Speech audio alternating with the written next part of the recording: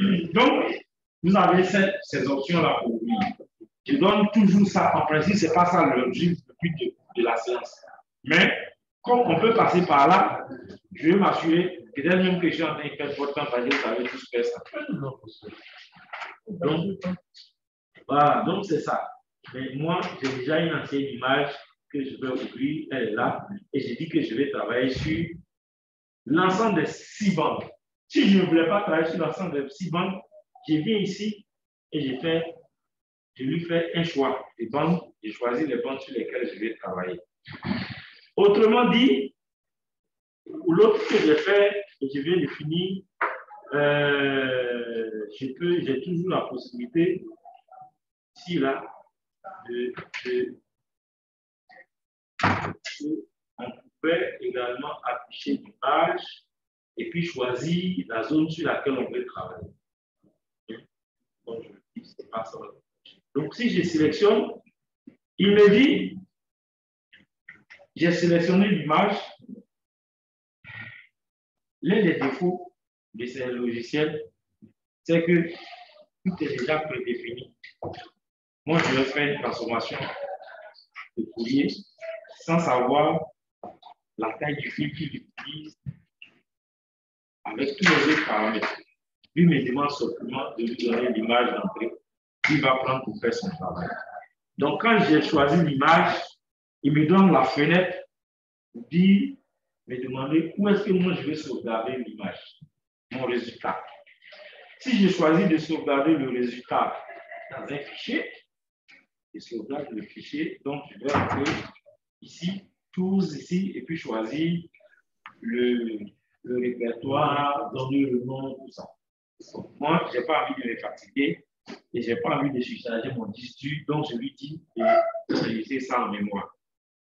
Donc, dans la mémoire vive de la machine, ça veut dire que j'ai fait confiance à ce que j'ai comme RAM, donc je sais que je peux stocker ça quelque part là-bas, et puis après, quand je ferme, ça disparaît. Donc, si je fais OK, il a fini la transformation. Ça dépend aussi, en matière de traitement d'image, je pense qu'on vous a dit ça, de la performance de votre machine. Ça allait vite. C'est un Core i7 de 8e génération. Donc, il va plus vite que pour vous. Peut-être que si c'était ici, ça irait encore. C'est le même Core i7.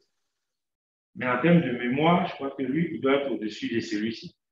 Donc, comme pour vous, c'est bon, lui, il a un prédateur. Donc, il n'a pas ce problème. C'est ça, non? Tu as une machine de traitement d'image.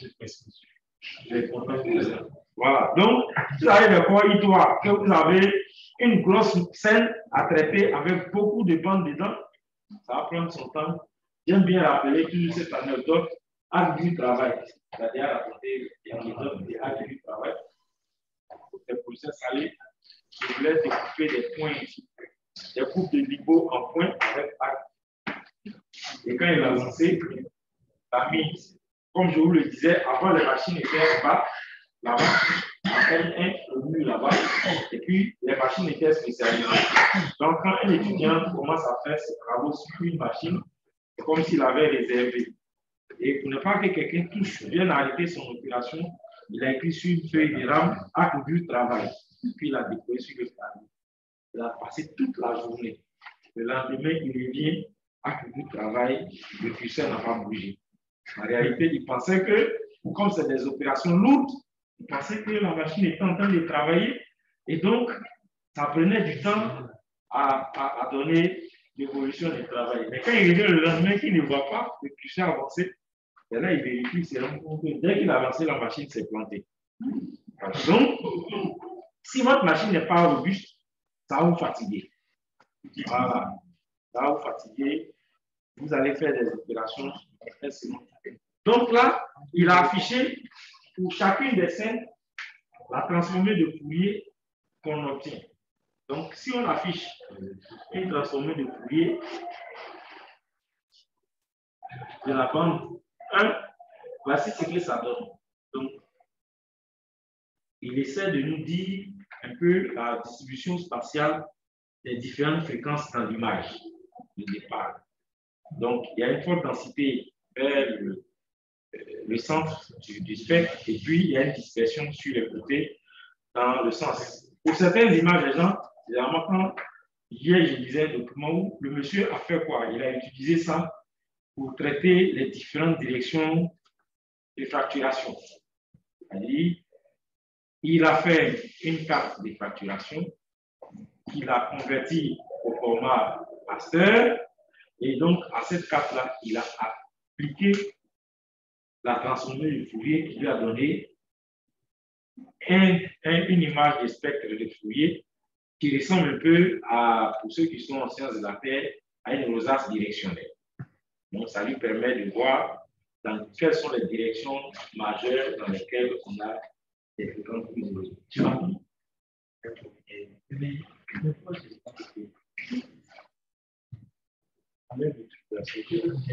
Sinon, tu peux plus prendre il y a qu'un seul pour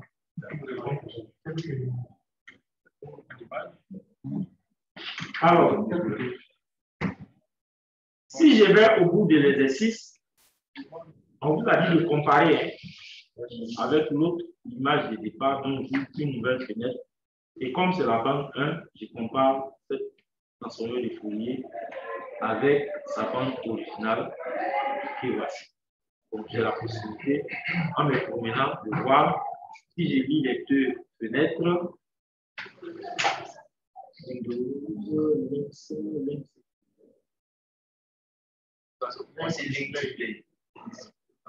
C'est en bas. Oui.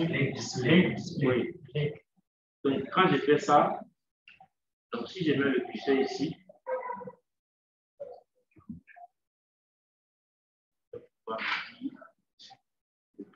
c'est bon. Donc là, c'est sur ce carré-là qu'il fait donc ce spectre.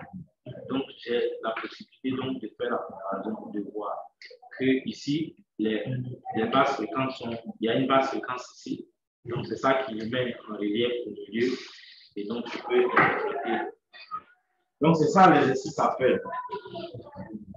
Bon, moi je vais voir autre chose.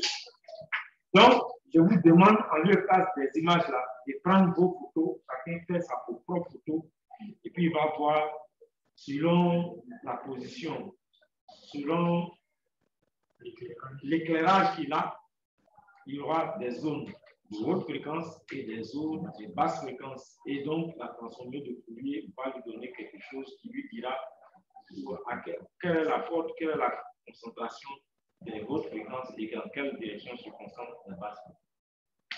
Donc, c'est le travail à faire pour commencer. Vous commencez à 17h30, je vais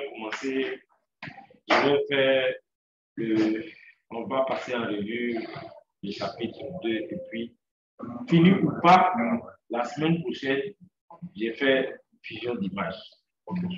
Voilà. La seule partie sur laquelle je vais travailler, c'est ça. Donc, le reste là, vous allez lire. S'il y a des questions, moi, je vais associer à des choses que Monsieur Kwasi. Kwasi Hervé, Kwasi Kofi. C'est trop papier. Vous avez compris? C'est le même. Kwasi Hervé est le même que Kwasi Kofi. Ah bon?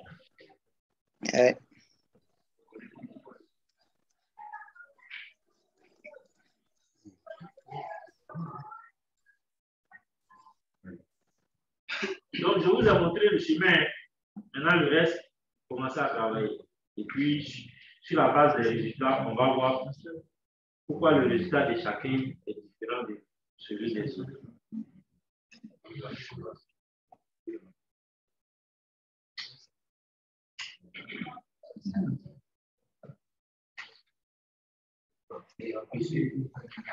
Oui.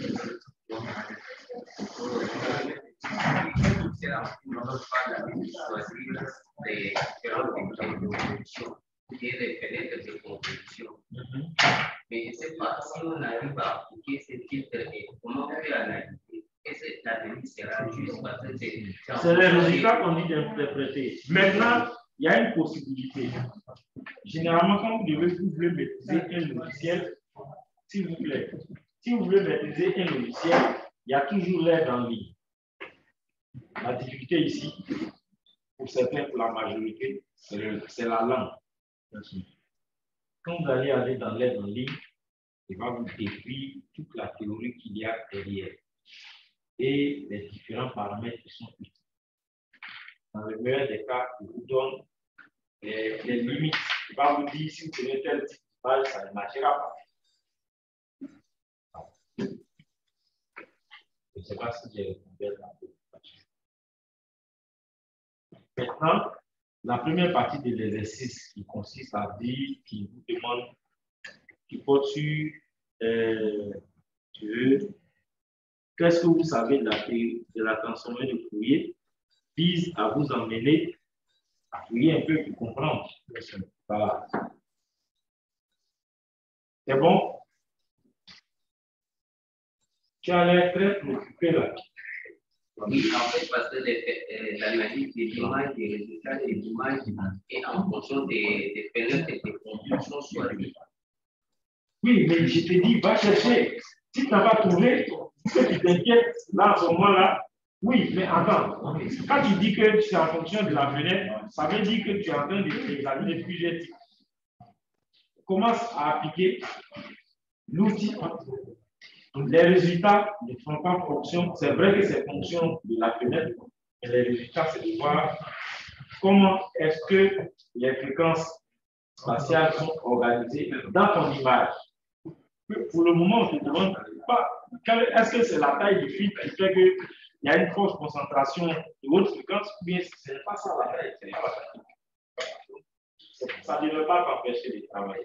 Maintenant, je te dis, si tu veux approfondir, au-delà d'Internet qui te permet d'aller plus loin dans la connaissance de l'outil, de la transformée de Fourier, la transformée de Fourier, ça peut faire une leçon entière. Et pas une leçon, c'est tout un cours entier. Ce n'est pas ça la finalité, c'est juste une partie du traitement du data sur laquelle j'attire votre attention pour que vous puissiez. J'ai dit initiation. Voilà. Pour que vous puissiez savoir qu'il y a quelque chose comme ça qu'on peut utiliser. Parce que c'était célèbre en son moment. Moi, j'ai fait ce que j'ai fait comme fusion d'images de la transformer en anglais. Ça existe aussi. Voilà. Ce qui permet de trouver votre image et de ressortir l'image dans différentes directions. Vous allez avoir une portion d'image avec les fréquences diagonales, une partie avec les fréquences horizontales, et puis c'est tout ça qui permet de sortir. Comment on appelle ça? Donc, quand vous avez ça, vous pouvez choisir de remplacer une des composantes produites dans la décomposition par l'image que vous voulez prendre pour améliorer la qualité de votre image motive, etc. Vous faites la transformation inverse en inverse. Comme sujet de thèse. Voilà. Mais j'avoue qu'en termes de compréhension des modules sur les machines, je ne sais pas, la version de ERDAX qu'on avait au NET était suffisamment mieux. Là, quand vous entrez dans le guide du logiciel, il va même jusqu'à vous dire toute la théorie qui est derrière, comment le chercheur a pu concevoir avec des articles de référence qui vous permettent donc de développer. Moi, c'est ce qui m'a permis d'écrire facilement la thèse. Puisque, comme je vous dis, c'est une boîte noire. Je me dis, en fixe un paramètre. Quand j'ai fini, j'ai les images qui montent. Mais il fallait comprendre comment on a pu obtenir ces résultats. Parce que là, on me demande, je dois décrire la méthodologie. Je dois pouvoir justifier les choix qui ont été faits. On verra plus loin que l'une des exigences dans la fusion, c'est l'un des principes que j'appelle aussi exigence, c'est la comparativité de l'image qu'on prend pour remplacer une composante principale, par exemple. Donc, il y a tout un travail qui s'est fait derrière pour faire une sorte d'harmonisation et de l'apparence de ces deux images avant de les remplacer. Mais quand on est dans un système de boîte noire comme ça, le logiciel fait tout parce que tout a été paramétré dedans. Si je suis en train de rédiger un mémoire, encore une fois de plus, je serai obligé de rentrer, de chercher, comme vous le dites, ça fait partie de vos problèmes actuels. Quand un étudiant fait un mémoire dans lequel il dit, il a fait une correction géométrique, il dit, j'ai fait une correction géométrique. J'ai corrigé géométriquement l'image, ou bien ce qui est bon, comme de plus en plus les images viennent géoréférencées, ça. Mais il te dit, j'ai fait une correction atmosphérique de l'image. Donc, il va dire simplement, comme je le fais ici, là, que j'ai appliqué le module de la transformée de Fourier rapide là, et ça m'a donné tel résultat. Mais pour une mémoire scientifique, tu dois dire qu'est-ce qui s'est passé. À ce moment-là, tu es obligé de comprendre les éléments pour comprendre pourquoi c'est. D'autres logiciels vous diront de choisir des paramètres. Là, on ne vous donne pas la possibilité de choisir les paramètres. Ça veut dire, en réalité, que c'est des outils sommaires. Quand ça vient de faire, quand c'est très amélioré, en ce moment-là, il va vous demander vous-même de choisir vos paramètres pour que vous puissiez apprécier clairement vos résultats là.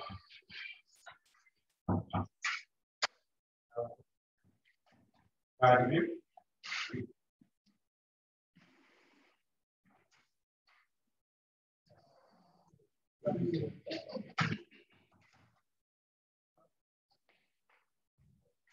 Je sors.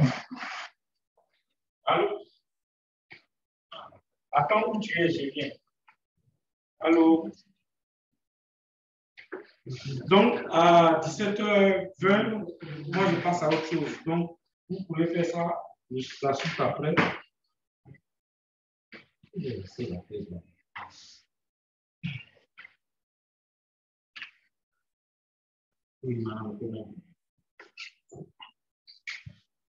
Donc, si c'est Pilat 5, c'est ça. C'est Pilat.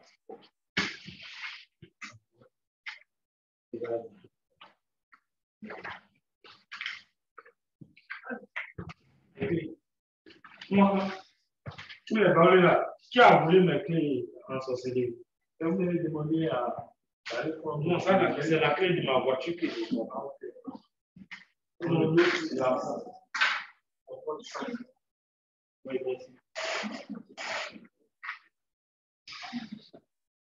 merci. Bon, travaillez maintenant, arrêtez de vous amuser. Vous pouvez vos machines. J'ai dit d'utiliser vos images pour faire la photo. Tu ne vois pas la différence. Pourquoi? Fais une belle photo.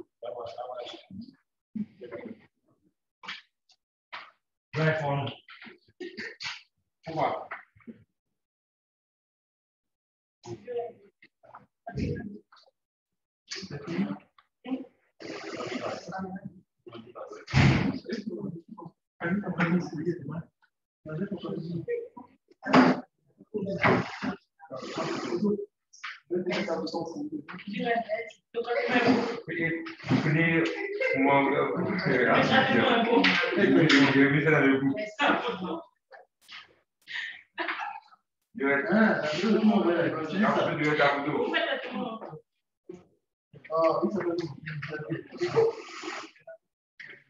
Yo, mec.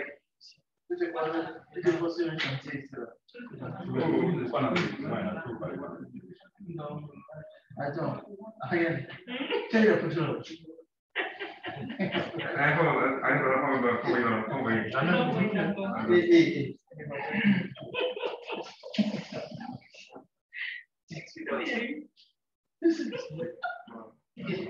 Mais ça, il y a je mets le point. Ah.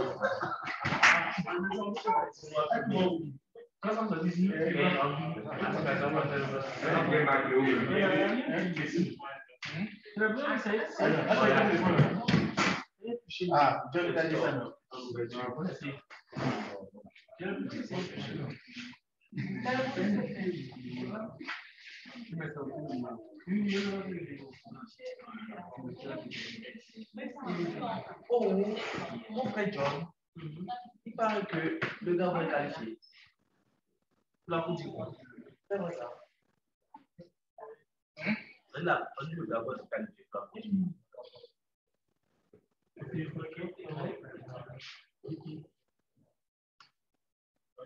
S'il vous plaît, on va le faire. On va le faire. Oh, Koulibaly on.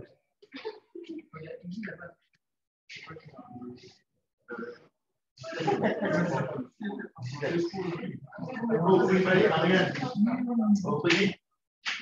Petit Koulibaly Ariane.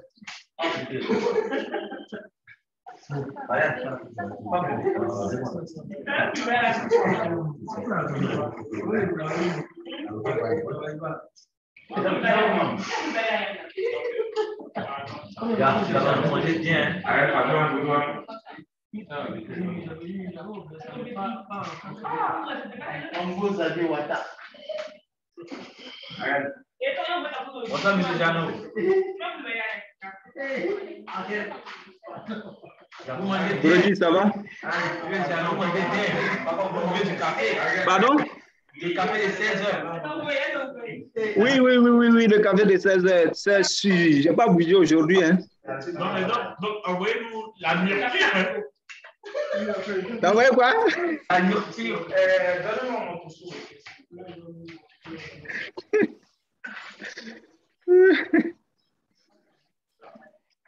Oui, vous voulez quoi? T'as envoyé quoi? On veut la nourriture.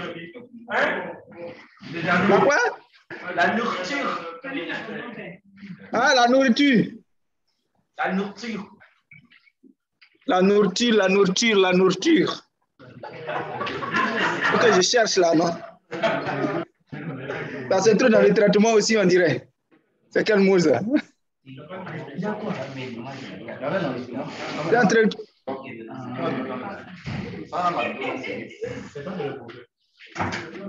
Donc, vous avez commencé? Ouais. C'est toi. Non, il fait beau. Oui, tu dis? Vous êtes là jusqu'à quelle heure? C'est entrecoupé. On a du mal à vous entendre. C'est pas ça. D'accord, ça marche. Ouais. Il y a le vrai Ken en présentiel, non?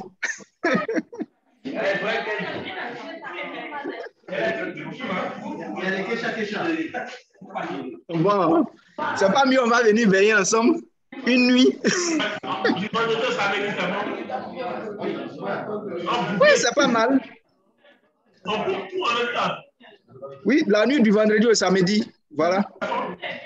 Oui, c'est bon.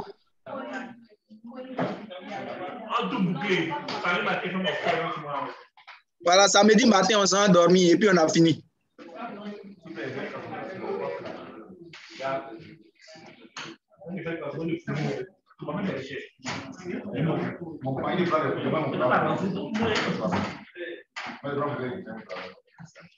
Donc, il faut qu'on se prépare pour veiller et regardons un peu ce qu'il nous faut pour tenir toute la nuit. Ouais, c'est ça.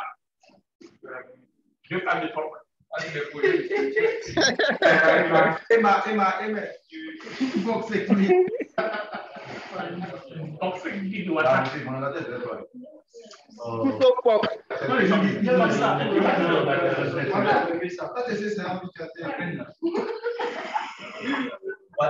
C'est pas c'est quel entre la C'est l'idée.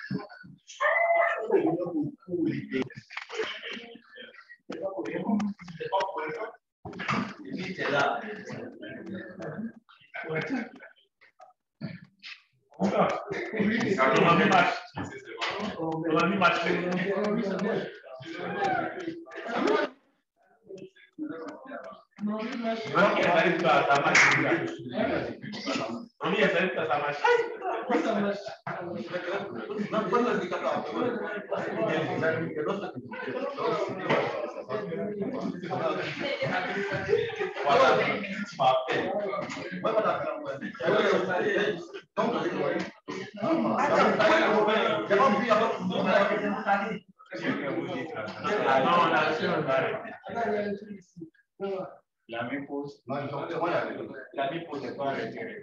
La même pause. La même pause. Merci de vous répondre à la question. Non, c'est ça. Il n'y a pas de pause.